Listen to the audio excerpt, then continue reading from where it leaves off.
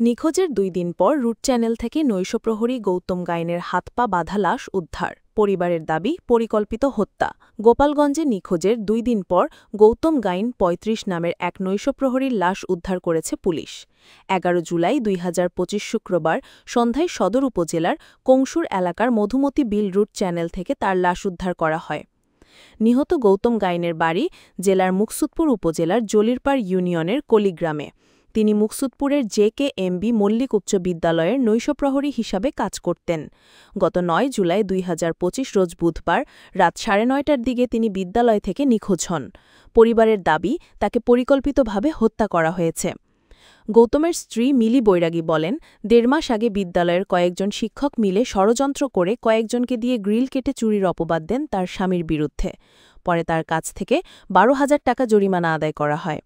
বিদ্যালয়ের কয়েকজন শিক্ষক তাদের মনোনীত প্রার্থীকে নৈশপ্রহরীর চাকরি দিতে চেয়েছিলেন, কিন্তু প্রধান শিক্ষক সহ কয়েকজন তার স্বামীকে নিয়োগ দেন।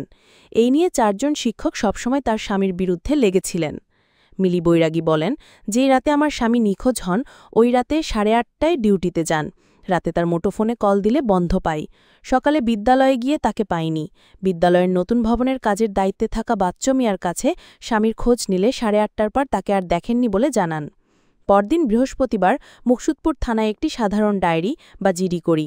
সন্ধ্যার আগে সদর থানা থেকে কল দিয়ে লাশ পাওয়ার কথা জানানো হয়। তিনি বলেন, আমার স্বামীকে পরিকল্পিতভাবে হত্যা করা হয়েছে। যারা আমার স্বামীকে হত্যা করেছে তাদের খুঁজে বের করে শাস্তির দাবি জানাচ্ছি। বিদ্যালয়ের নতুন ভবনে দায়িত্বরত বাচ্চু মিয়া বলেন, বুধবার রাত ৮:৩০টায় একটা খাবারের বাটি হাতে নিয়ে গৌতম তাদের কক্ষে প্রবেশ করেন। কিছুক্ষণ পর তিনি নিজের কক্ষের দিকে চলে যান।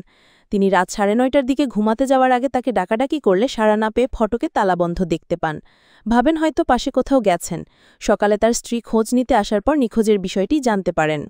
জিডির তদন্তকারী কর্মকর্তা ও সিন্দিয়াঘাট পুলিশ ফাঁকির উপপরিদর্শক মোহাম্মদ আলমগীর বলেন, নিখোঁজ গৌতম গাইনের মোবাইলের কল লিস্টের জন্য আবেদন করা হয়েছে। কাল লিস্ট হাতে পেলে তদন্ত শুরু করা হবে। গোপালগঞ্জ সদর থানার ভারপ্রাপ্ত কর্মকর্তা মীর মোহাম্মদ সাজেদুর রহমান জানান, আজ বিকেলে মধুমতি বিল রুট চ্যানেলের কংসুর এলাকায় একটি লাশ ভাসতে দেখে পুলিশে খবর দেন স্থানীয় বাসিন্দারা। খবর পেয়ে ওই এলাকা থেকে গৌতম গাইনের অর্ধগলিত লাশ উদ্ধার করে গোপালগঞ্জ জেনারেল হাসপাতালের মর্গে পাঠানো হয়।